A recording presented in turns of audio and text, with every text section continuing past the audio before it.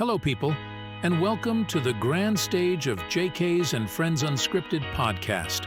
The podcast where the beginning is just a glimpse and the ending is a mystery unwritten. Here, we steer into the heart of discovery, navigating through a sea of insights, the thrill of surprises, and the authenticity of real-life sagas shared by our distinguished guests. Every episode is a voyage, and you're an essential part of this expedition. Our guest today is FRES Oquendo, heavyweight boxer USBA, NABA, NABF, WBC, WBA, and WBO Latino belts, and founder and CEO of the FRES Oquendo Boxing Academy from Chicago, Illinois, USA. Hi, FRES. How are you, man? Yeah, my brother. Good seeing you, Jeffrey. Same here. Same here. My goodness. We're here on this podcast, and I'm gonna explain why. As first of all, you've been a lifelong friend. The first time that we met each other, I must have been probably 18. You were starting your boxing boot camp. Yes, that's right.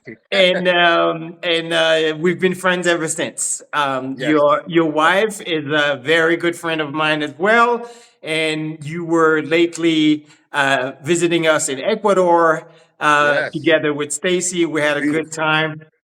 Great time. And the reason why I wanted to have you on this podcast, Jake is in France, is because you have an incredible journey.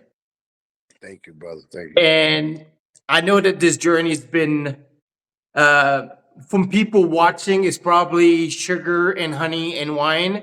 But for you, it was probably a lot of effort, a lot of discipline, a lot of joy, but equal disappointments.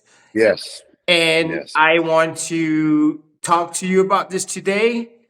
Cool. Because Jake is in France is all about sharing the journey of each other. We only have one life. We got to live it well. And we got to continue inspiring people. So whoever is going to listen to that podcast might be inspired with your journey. And so I'm going to start with my first question. Yep. Who is FRES Oquendo? FRES Oquendo was a boy that migrated from my beautiful country, Puerto Rico, to a great city called Chicago.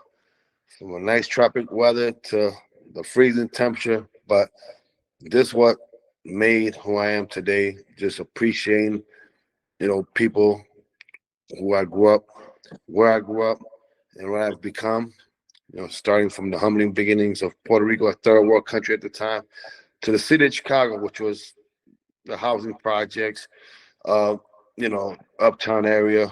Where we lived in together. Exactly, where we met, yes. So those humbling beginnings made me who I am today. Wow. And how did this humble beginning shape you? What made you wanna go beyond and start inspiring other people? Well, I was hanging with the wrong crowd even before I met you, Jeffrey. So this was like in my early teens, like 13, 14. I ended up hanging out with the wrong crowd. Ended up getting in trouble. My first time catching a case at the age of 13 or 14, still in the car at Skokie, I was in in that neighborhood. And this was back in 1987, I believe, 86, 13 or 14. And man, did I have a bit scare, the cops chasing me and my so-called friend at the time, which today and day, he's doing great. His name is John, and we stay in contact to this day. And he changed his life, but that turn of events made me change, the look of life, because I would not recommend, obeying the law and being incarcerated at a young age. Yes, and stealing a car in Skokie, you may as well just walk in a police station. Right. What was I thinking? I know, right? Exactly. So, Fresh, I'm going to ask you a difficult question. I think it's going to be difficult. Okay. Don't you think that it was a higher energy or God's work for you to make that crucial mistake so you could be Fresh Oquendo? Being a kid and being poor and desperately want to be like others, so-called friends, and want to be cool and stuff like that, and have things. And that was a moment which you know I should have not done what I did. But you know, being where I'm from, and the times of not listening, and just doing the wrong thing, and then take that very risk trip, following, I mean, just leaving the police officers, I mean, chasing me in cars, I mean, we're almost killing each other, Mhm. I mean, that was just a wake-up call, like, wow, how the hell was I in a police chase at the age of 13, 14, and I could have killed myself? Is it worth me staying in a car and try to be cool and drive around and try to get girls and be cool around my so-called associates? That was a wake-up call. Yes, but I'm a big fan of mistakes because Mm-hmm. mistakes, so-called mistakes, is Mm-hmm. it's such a learning. You see, for instance, Mm-hmm. for me, and you know me from a very long time, and you know Yep. exactly when I was back in the neighborhood, Yep. I had my dreams. I Yep. I I knew what I didn't want because I was exposed to what I didn't want. You Yep. know, and but the mistakes, is like it's what motivates us. Like this 1 hour of your life where you went off course Mm-hmm. led for you to be able to help thousands of people. And Interesting. I know that you went back to Puerto Rico with your friend DJ Yankee. Is it DJ Yankee? Yes. Yeah. Daddy Yankee. Yes. Yeah, Daddy Yes. Yes. Yankee. I know that you Yes. went back there to help you people of the Yes. sweat of your own money, your own charity, your own Yes. fundraising, Yes. and also utilizing your name as a heavyweight boxer. Yes. So is it not linked that this one period of your life led of a lot of good deeds after that? Oh, absolutely. Because again, you know, I started following my older brother lead, Hector Morales, who also is an uptown, icon. Grew up, went to Sen High School, went to Stewart School, which nowadays Stewart School right there on Sunnyside and what's that? Shucks, Sunnyside and Broadway, and that school there is like $1 million condos. It's crazy. And my brother, he started boxing at Hamlin Park when I was like 12 or 13, and that inspired me, and again, we're from the humble beginnings of Uptown. And when we moved to the housing projects by Hamlin Park, where it's the park district where I started boxing, my brother used to bring a lot of trophies, and that what motivated me to get into that sport, and the rest was history. So, for those who don't know, because obviously, if you're not a boxing fan, you wouldn't know the incredible career that you've made. You've started in a what you call it, a community park, Yes, and now yes, you became a heavyweight champion. You used to box yes, for Don King. You yes, were yes. on Oh, Showtime or HBO Sports, all yes, ESPN, Fox, ESPN. yep, Fox Sports, all the networks. You've met personally Muhammad Ali, which is a Yes, great that was my journey. mentor. Yes, It's he your was at a couple mentor. of my. Yes. And you probably, and you are, I know that you were retroactively crowned heavyweight Yeah. champion. Can you 20 walk, years later, but it's okay. can you walk us through that journey of trusting and believing in your ability of sports and the discipline, but also I was in the music industry and I know what's Yeah. behind closed doors. Obviously, Yes. don't say anything that you don't want to say, but I'm sure that it's been a real challenge mentally for you Yes. and also Hmm. emotionally, right? Yes. Hmm. Yep. Let's wait for 1 second because I have my neighbor who happens to be one of the richest men in Ecuador who likes to have Wow. his damn alarm going off all day. I'm about to Oh man, call I the got time for cops. that. You got to support FOBA. You got to donate for a great cause. So let me close the windows. Okay, okay.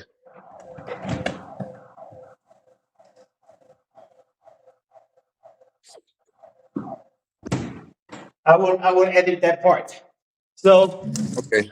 let's go back to my question. And the question is, how challenging was it to stay focused in an environment where money, fame, and discipline meet? Well, to answer your earlier question of what had me so confident at a young age, it's interesting. You bring back a memory of me, of mine and my wife Stacy, because when we first started dating in 1990, I had to be like 17 years old. I forgot, but I was just telling her, because my younger brother was going to school with Bino. What in Oh, Lakeview? What a coincidence! Did you know I that didn't know that. No. my little younger brother Henry Oquendo was Vince Willis's classmate? Yeah, Wow. back in 87, 88. Yeah, it's crazy. And they knew each other. And when I first went to Stacy's, house and met her great mom, my great mother-in-law, which I dearly miss, She was Sylvia beautiful. Willis, we had a great like like moment because we just our vibe was just, even though his mother, Stacy's mom, knew I was from the project, kid, trying to make it in life, listen to that. But she just sent something in my heart, and I'll never forget it because she was just, so passionate that, I'm a champion of second chances, and this kid ain't what what he's forced to be and this and that. So to make a long story short, I told Stacy, while we're dating at that time in 90, 89, 90, I forgot, that, I want her to come with me to my national boxing tournaments. I was a teenage at the time, and I was so kind of, I was telling her, I know I'm gonna be a champion. I want to go to the Olympics. I'm gonna be a world champ. And I want you to be with me. And I want you to to marry me. Years later, any woman would be like, this kid talking crazy. Who the hell? There's one out of a million that's gonna make it in life. You know what I'm saying? You over here saying boxing, and this is a 17, skinny kid, 150, 160-pound kid. Sounding overly confident that he's gonna make sure he's gonna take care of me and to go with me. So Stacy tells this story. I don't know if she told you or anybody else this story that when we were talking, that I persuaded her, and she was thinking like, come on, this. She was attracted to me and all that, but when I started saying that, she probably thinking I'm spitting her or something like that. And it's crazy because we look at it today and age, and she's like, man, she was telling one of my kids, like, man, I remember your dad told me when he was 17, 18, that he's gonna be a champion, he's gonna move us, he's gonna move me, out the house and this and that. And I did it, man. It's crazy, You man. did. And it's crazy because I can testify. I can testify because I'm getting goosebumps. I'm an emotional guy, but I we got have hit, this vivid brother. picture of you standing in front of our apartment building, You 850 got a Edgewood. picture? You You and got it? Stacy, yes. I gotta get a copy of that, but go ahead. Oh my Yeah, God. you and Stacy just introduced me to you, and you had a black bomber jacket, a flyer jacket, and you told me that you were going to be a boxing champion. So at the time we were teens. I must have been 18, 19 Right, tops. right, And you know right. how we look at each other and we say, yeah, we'll see about that. And I must say, brother, I am Exactly. so proud of yourself, of what you've done and achieved, Thank you. because, like you say, one in a million. Yeah. Obviously you have the fitness and you have the height and the weight, but Mhm. it's not easy. It's not No. easy to be in an environment where fast money rules, where Yes. uh, who knows who rules. Yes. I know you were boxing for Don King, and Yes. it must have Hmm. been challenging, but also a very Very. incredible, Yes. nice experience. But I'm sure Hmm. that it marked you to be the man that you are today. Yes. So now Hmm. we know about your past, but I Yeah. want you to tell us about your presence and your future. And I know that you went back to the roots and you created your own foundation where Yes. you Yeah. teach inner city kids to become Yeah. champions because Yep. you lived that. Can you please tell us about it and what inspired you to do this? Remember, not only in the ring, outside. I want these kids to be successful, not in the ring, outside the ring.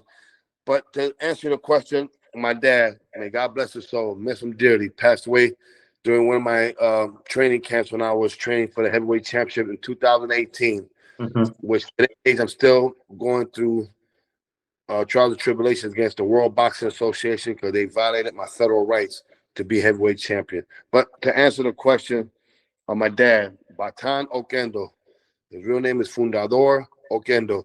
He told me at a young age, when I was up and coming fighter, up and coming, you know, son, I always been a giver, especially with the youth, with the kids. Because when I was young, I was a little jealous at times because my dad used to be so gracious with his friends' kids and other kids, and I was a little kid. I was like 6, 7, 8. He's giving these kids little dollars here and there, giving them candy. And I'm like, man, Dad, where my candy? No, you'll get your calm down. You're my son. I didn't understand. It couldn't relate. So I thank my dad so much for educating me to be a giver, at such a young age because my dad was a champion of second chances, especially with the youth. My dad was a beautiful person with all his friends and people, period, their kids. And that what transpired me to do what I did with my foundation because my dad told me back in 2008, and we formed FOBA in 2009, son, you should get ready because boxing's not going to be forever. To have a foundation to reach out. You've made a nice amount of money, saved the money, but let's help those that in need, like the community where you came from. Travel and do things. And my dad is the architect of FOBA Foundation today, and I thank him so much. And even though he's not here with us today, I know he's up there in the heavens, He's, proud of me. he You is. know, seeing all the great deeds, not only in Chicago, not only in Humboldt Park, which my dad's an icon, in the community. That's a little Puerto Rico in Chicago, but worldwide, from Ecuador, from Dubai Yes. to Mexico, to Florida, and to Hawaii. And man, because of my dad, I wholeheartedly hold my foundation dear to me because it helps changing kids' lives. Yes. And that is uh that is beautiful because from someone who made an incredible amount of money in your life. And I know I don't know if I'm disclosing something, but I remember that you used to make at least what I heard a quarter million per fight in the 90s, Yes, and you were fighting almost that's every right. week. Yes, So yes. I know Well, that. we're all knuckleheads. I end up spending money like crazy, but thank God I got Stacy that put a hold on that. But go Yeah, ahead. and Yes, she's I know Stacy is a wonderful woman, and she's been with you from the beginning, yes. and you are guys are a beautiful couple. But I want to go back to the fact that you've made an incredible amount of money, that you've seen everything on this planet, that you've Yes, met the greatest people, and yet yes. the one that you choose to be around are the one that it was you a couple years back, right? Hmm. So Hmm. what are you teaching? You teaching them to be disciplined and have an aspiration, or you teach them to become boxers? Are you using boxing to mold their mindset in order to become a greater person or have better opportunities, if that makes sense? Great question. Great question, my brother Jeffrey, because we implement life skills. That's so important. And if they do have the talent, yeah, we go that extra foot or mile. Absolutely. But our number one goal is for them to succeed in life. If it's inside the ring, or most importantly, outside the ring, that's the goal. So to answer your question, yes, boxing, it changed my life. If it was for boxing, I probably wouldn't be here talking to you because I would have took the wrong route. So, but I was just fortunate enough, being at risk youth with little talent, and I was able to expand. So some kids may not have that talent, but they could transition it to other positive things, being a lawyer, a police, working at, in a whole, anything. So yeah, to answer your question, yeah, boxing is to make the kids, the youth, a better a better person. If it's boxing, it's a complete, whatever it is, that discipline, the mindset, the life skills that'll make them be successful. So I know, and we're spending a lot of time on your foundation because the foundation is so humble. It's so Thank, humbling. It's humbling thank you. because it's about people's life. Every person Yeah. that you influence, direct or indirectly in your life. Like I remember, and I can share this with you in our network. I Mhm. was in Chicago, Michigan Avenue. I was 16 years old. I saw a Uh, man who was probably younger than he is that I am today. So Wow. younger than me that I am today. Uh, He was light skinned like me. He was dressed nice, and with uh, uh. Michigan Avenue, right? And he had a suit, and he was business like. And I Right, said right, to right, right, myself, right. I want to be a man like that. And this man, without knowing, influenced me, to Uh, become the man that I am today.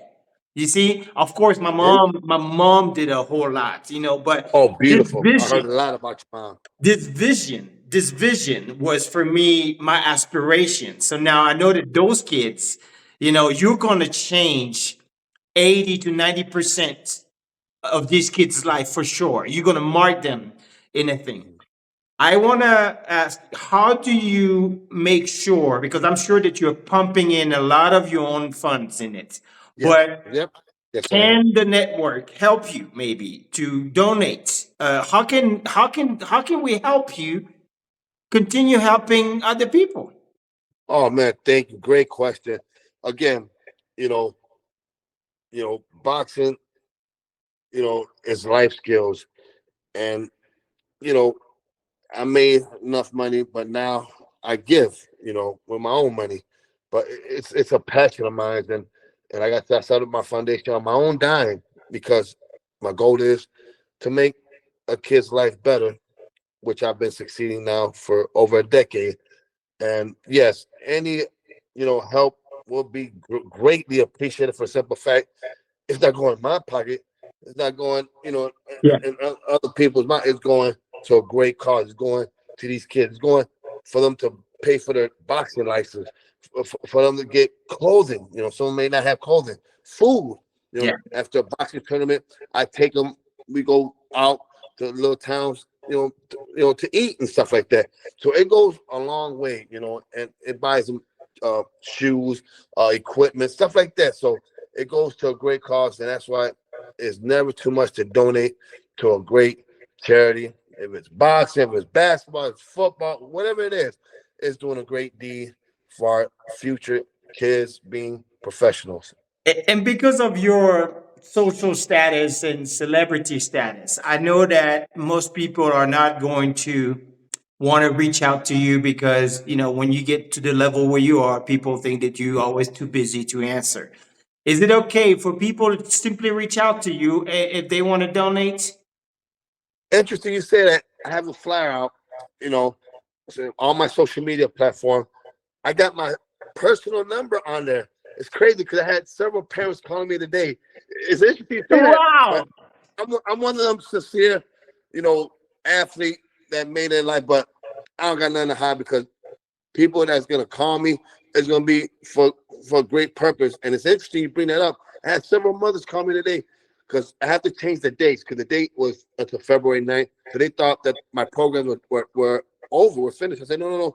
I have to change that. But no, bring the kids, Monday, Wednesdays, and Fridays. I'm open. It's free. Every other week we give a gift. We give treats to kids that perform, that's continuously coming, that trains, they don't mean have to perform at a world-class level or beat up every kid and then you get treated. No.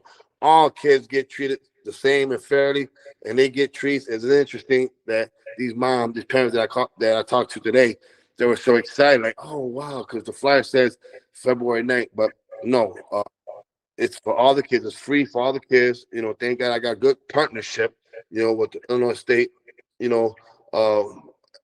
public, accessories. They sponsor me, and then PLCCA organization that I partner with that helps me, fund, other programs, like yoga, health and wellness and stuff like Nice. that. I bring Nice. sponsors for that. So that it's never, You're too much. you're just a big giver. I mean, I could spend hours talking to you, but Yeah, what's I'm up? gonna share another little anecdote that I want our listeners to. You came here to Ecuador, and we went on a horseback journey, and you say, "Oh, Man, guys, I wanted I to go can't so go with bad. you. I gotta go teach. I gotta go teach some kids how to box." Man, yes. You are an incredible human being, my friend, and I love that about you. I wanted to ask you our last question. Okay. If you could talk to FRES 25 years ago, back, well, actually, you were already doing great things when you're 25. Let's go back before becoming a professional boxer. Okay. Mhm. What advice would you give him? Well, at that time, it seemed like he was taking the wrong route, troubling. The advice I give him, do a sport. Hang, don't hang with so-called friends that are going to persuade you to do stuff that deep down in your heart that it's wrong. Let's do the right thing and live life to the right righteousness. Be right, and there's no shortcut to success. The hard work. You gotta work hard, and that's what I'll tell that FRES 25, 30 years ago. That there's no shortcut to success. Hard work. Thank you, brother. You're welcome.